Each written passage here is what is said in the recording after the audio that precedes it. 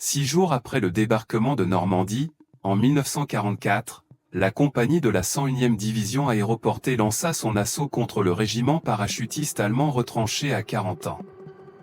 Les Allemands avaient installé leur nid de mitrailleuses sur les principaux axes du village, peu importe d'où les soldats américains tentaient d'entrer, ils étaient immédiatement fauchés par un déluge de tirs, protégés par des tireurs d'élite dissimulés dans les ruines. La progression devint presque impossible, et les pertes s'accumulaient, lourdes, douloureuses. Heureusement, les Américains repérèrent l'un des snipers. L'un des soldats se précipita et lança une grenade vers la position allemande, ouvrant une brèche sanglante. Les troupes s'engouffrèrent aussitôt dans l'ouverture et commencèrent à pilonner les bâtiments suspects à coups de lance-roquettes. Un soldat allemand, chancelant, tenta de fuir avant d'être abattu d'une balle qui mit fin à ses forces déjà brisées. Mais bientôt, les renforts de la redoutée division Tigre arrivèrent. Un éclaireur américain, qui régulait la circulation des troupes, fut pulvérisé par un obus. Un autre, seulement parti chercher de quoi manger, fut lui aussi englouti par les explosions.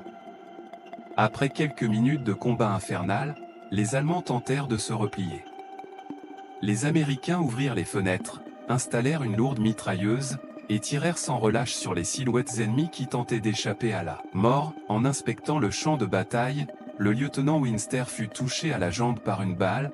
Par chance, il s'agissait d'un projectile dévié, et il ne souffrit qu'une éraflure. Le lendemain, au 7e jour après le débarquement, un bombardement allemand les frappa par surprise.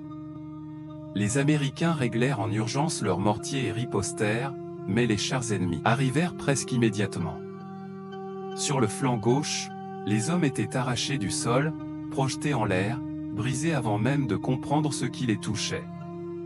Un canon anti-char américain réussit à percer le blindage d'un char, mais un autre tank les prit pour cible et tira à son tour.